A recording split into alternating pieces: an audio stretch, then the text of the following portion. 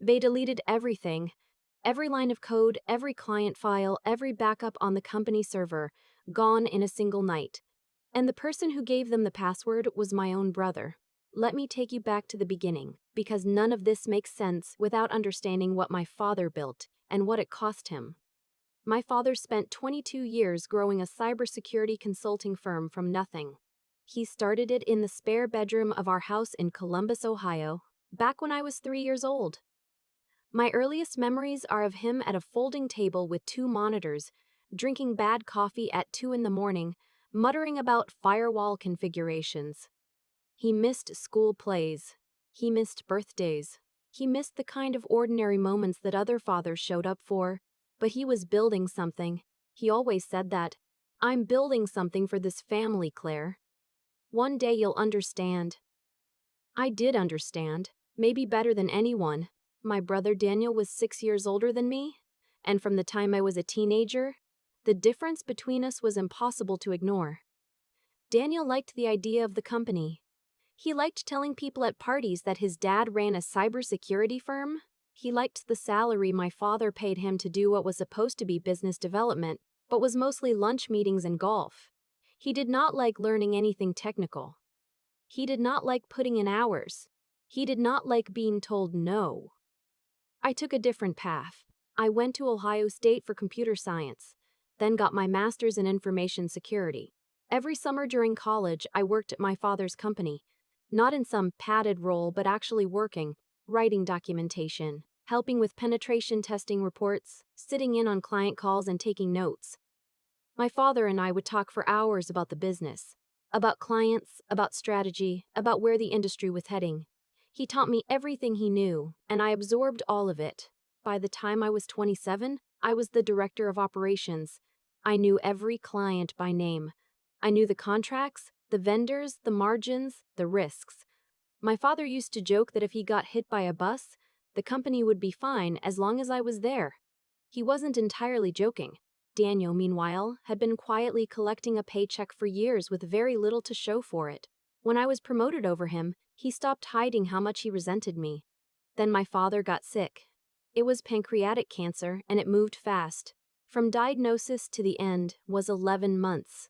I won't try to describe what those months were like except to say that I worked full days at the company, drove to the hospital most evenings, and slept maybe 4 hours a night.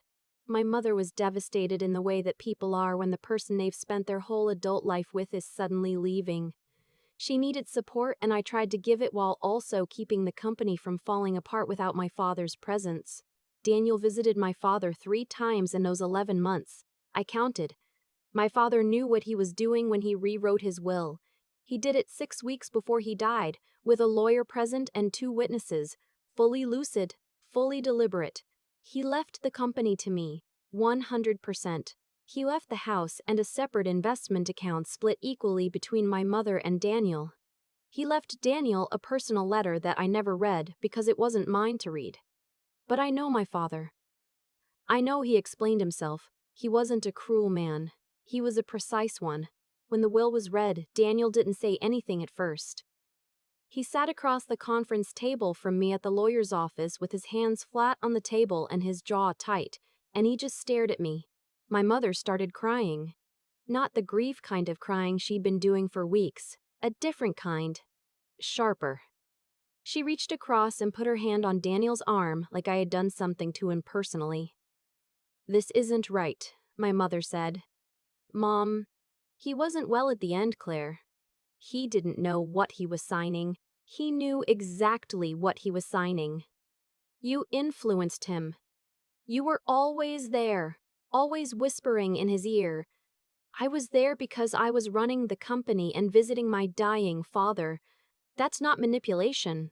That's just showing up." Daniel finally spoke. His voice was very quiet and very cold. "You gonna share it, Daniel, half. That's all I'm asking. Half of what the company is worth. You buy me out, we're done." I looked at him across the table. At the brother who had shown up 3 times, who had never learned the business, who had coasted for a decade on our father's generosity. And I thought about my father at that folding table at 2 in the morning and all the birthdays he missed, And the letter he wrote Daniel that I would never read. No, I said, I'm not going to do that. That was the beginning of the war. It started with pressure. My mother called me every day for 2 weeks. Long, circular conversations that always arrived at the same destination. I was selfish, I was cold, I had always been my father's favorite and rubbed it in Daniel's face.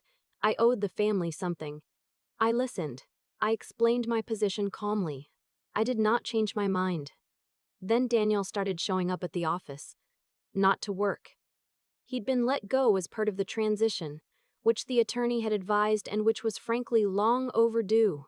He would appear in the lobby and ask to speak to me, and when I came down, he would make the same argument he always made except with more edge to it each time. That I was stealing from the family. That our father had been manipulated. That I was going to regret this. You need to be careful with that kind of language, I told him during one of those lobby conversations when 2 of my employees were pretending not to listen from across the room. That sounds like a threat. It's a warning, he said. There's a difference. I started keeping notes after that. Dates, times, what was said, who was present. My attorney told me I was being smart. I also started sleeping at the office occasionally. The company had a small back room with a couch that my father used during crunch periods. I'd used it myself a dozen times. I wasn't there every night, but some nights when a deadline was tight or I just didn't have the energy to drive home, I stayed. I want you to remember that detail. 3 months after the will was read, I came in on a Monday morning to find my IT manager, Marcus, waiting for me in the lobby with an expression I'd never seen on him before. Marcus was unflappable. I'd seen him handle ransomware attacks with less emotion than most people bring to ordering lunch. He looked pale. "We have a problem," he said. I followed him upstairs. The server room looked normal. That was the first thing I noticed. Nothing visibly broken, no signs of forced entry. But Marcus pulled up his screen and started walking me through what the logs showed, and I felt the floor shift under my feet. Someone had logged into our system at 2:17 a.m. on Saturday using valid credentials. Not hacked credentials, legitimate admin-level access. They had spent 47 minutes systematically deleting files, client data, contracts, project archives, proprietary security frameworks my father had spent years developing. They had also accessed the cloud sync and disabled the automatic backup function before beginning the deletion, which meant someone who knew exactly how our system was structured. Then, they had exited cleanly, locked up behind themselves, and left. Who had admin credentials? I asked, even though I already knew I wasn't going to like the answer. Marcus hesitated.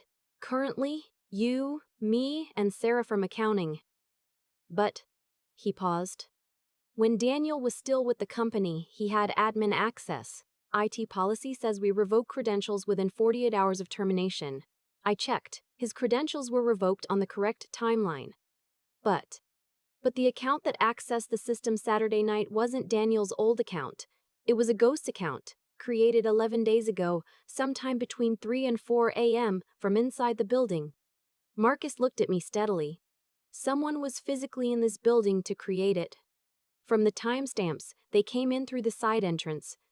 I stood very still. Who has a key to the side entrance? Building management. You. Me. And your father's old set. Which, according to the sign-out log, was picked up by your brother 6 weeks ago when he came to collect your father's personal items from his office. I called my attorney before I called the police. She told me what I needed to hear. This was criminal. Breaking and entering, unauthorized computer access, destruction of business property. These were not civil matters I could decide to pursue or drop based on my feelings about my family. The moment I reported it, the process had its own momentum. I reported it. What followed was 3 weeks of investigation that I will never fully describe because some of it is still difficult to think about without my hands shaking. The police executed a search warrant on Daniel's apartment and found a printed copy of our network architecture, the internal document that only employees had access to, with Daniel's old annotations in the margins. They found a burner phone with text messages, and the texts broke something in me that I don't think has ever fully healed. Because Daniel hadn't acted alone. My mother had known. Not just known, she had helped plan it. The texts between them went back 6 weeks. starting around the time Daniel retrieved my father's key set. They had planned this together. My mother had provided the timeline for when I typically worked late and when I was likely to be gone. She had asked me in one of our phone calls whether I ever still slept at the office. I had told her I hadn't been doing that as much lately, thinking nothing of it. That information appeared in a text to Daniel 2 hours later. If I had stayed at the office that Saturday night, I would have been there when they came in. I don't know what they would have done. I don't know if it would have been just property damage or something worse. I know that my attorney, when she read those texts, sat quietly for a moment before she looked up at me and said, "Claire, I want you to understand the full picture of what you're dealing with here." I understood. Here's what people don't always know about crimes like this. I did not get to decide whether to press charges. My attorney had explained this to me from the very beginning, and I was grateful for it, because it removed the weight of that decision from my shoulders. The district attorney's office represents the state of Ohio, not me personally. They had a destroyed business, digital evidence, physical evidence, and text messages laying out the premeditation in plain language. They were going to prosecute whether I wanted them to or not. What I could control was the civil lawsuit. My father had built the company to a valuation of around $4 million. The data that was destroyed had taken years to compile. Some of it, the proprietary frameworks, the client relationship data, was genuinely irreplaceable in the short term. We lost 2 clients in the weeks following the attack because they couldn't be certain their data had been secure. The financial damage was real and documentable. My attorney filed the civil suit the same week the DA formally charged Daniel and my mother with computer fraud, destruction of business property, and conspiracy. The discovery process in the civil case uncovered something we hadn't known before. Daniel had been in contact with a competitor of ours, a firm in Cleveland, for months prior to the attack. There were emails. He had offered to sell them our client list and our proprietary documentation, the very things that were deleted that Saturday night. Our forensics consultant determined that before the deletion, copies had been made. So it wasn't just destruction, it was theft. Corporate espionage. My father's life work, packaged up and sold to the competition by his own son.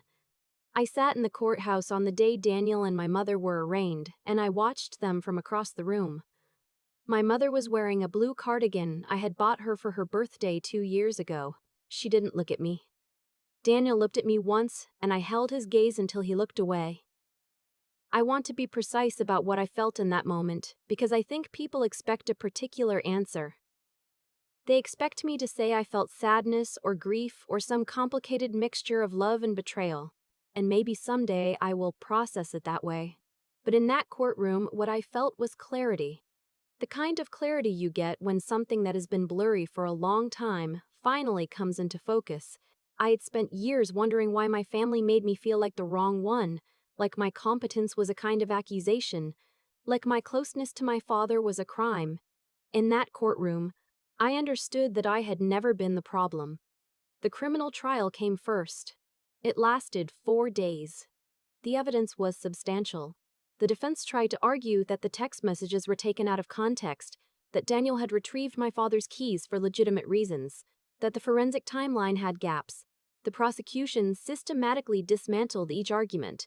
My attorney had told me to expect the jury to deliberate for at least 2 days. They came back in 4 hours. Daniel was convicted on all 3 counts. My mother was convicted on the conspiracy charge. The sentencing happened 8 weeks later.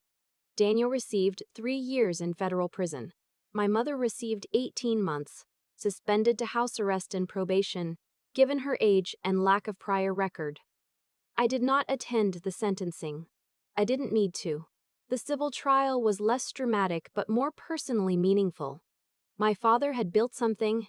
It had been damaged deliberately by people who wanted to take it from me because they couldn't have it. I wanted the record to show what it cost, in dollars and in truth. The jury awarded damages that covered the full financial loss I had documented plus additional punitive damages, given the premeditation the text messages established. I want to be honest with you about one thing. I have not spoken to my mother since the arraignment. I am 31 years old, and I no longer have a mother, not in any functional sense. Some people, when I tell this story, want me to find a way to leave a door open. They want to hear that I understand she was in pain, that she had just lost her husband, that grief does strange things to people. I do understand those things.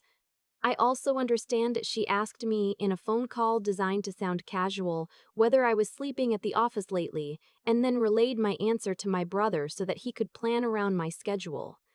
Whatever she was feeling, she made a choice. Choices have consequences. That is not cruelty, that is just the truth. What I want to tell you about is the 6 months after the verdict, because that part of the story is mine. In a way, the rest of it never fully was. The company had been damaged, but not destroyed. We had lost 2 clients. We had lost data that had to be painstakingly reconstructed. Marcus had stayed, which meant more to me than I could properly express. 2 other senior employees had stayed. I had spent 3 months in the middle of criminal investigations and civil proceedings, still running the business, still returning client calls, still keeping the lights on. After the verdict, something shifted. I stopped bracing for the next blow. I started moving forward. I hired 3 new people, including an operations manager who took some of the load I had been carrying alone. I spent 2 months rebuilding the proprietary documentation that had been stolen. We made it better this time, more systematized, better protected. I implemented a security protocol for our own internal systems that was, honestly, more rigorous than anything we'd had before. My father would have found that funny. His company, broken into by his own family, coming out the other side with better security than it had before. I landed a new client in the 4th month. A mid-sized financial services company out of Pittsburgh that had been referred to us by one of our existing clients, who had specifically mentioned how I had handled the situation, the transparency, the speed, the fact that we had continued delivering through a crisis. I sat across from their CEO in a conference room and walked through our capabilities. And when he signed the contract, I drove home and sat in my apartment and cried for the first time since my father died. Not because I was sad. I want to be clear about that. I cried because my father had built something that survived, because I had kept it alive, because he had looked at me across 20 years of early mornings and late nights and understood something about me that no one else in my family had bothered to see. And he had trusted me with the thing he built, and I had not let it fall. A year after the attack, the company's revenue was 12% higher than it had been the year before. I had 8 full-time employees. We had won 4 new clients. The proprietary frameworks that Daniel had tried to sell and then destroy were now the centerpiece of a service offering that was, frankly, better articulated than anything we'd had before, because rebuilding them forced me to think through everything from scratch. My father used to say that a business is just a set of decisions, and decisions are just a reflection of what you value. He was right. Daniel's decisions reflected what he valued. Shortcuts, entitlement, other people's work. My decisions reflected what I valued. The difference is sitting in the record now, permanently. I still work late sometimes. I still sleep on the couch in the back room occasionally when a deadline runs close. When I walk through the building at night, I sometimes think about what it would have been like to have been there that Saturday. And I think about my father at his folding table, and I think about the letter he wrote Daniel that I never read, and I think that whatever he wrote in it, he knew. He had watched his son for 37 years. He had made his decision. I made mine too. If you came here expecting me to end this story with some version of forgiveness, I understand why. It's a tidy finish. It's the kind of ending that makes people feel comfortable. But I promised you the truth. And the truth is this: some things are not about forgiveness. Some things are about understanding exactly what happened, making sure the people responsible faced real consequences, and then turning around and walking forward without them. I walk forward every day. The company is called Hargrove Security Solutions, my father's last name. My last name. It will still be called that in 20 years, and if I ever have children, it will be there for them to walk away from or walk into, just as my father left it for me. The difference is that I will leave it to someone who shows up. That's not revenge. That's legacy. And they're not the same thing. But sometimes, if you're patient enough, one becomes the other, all on its own.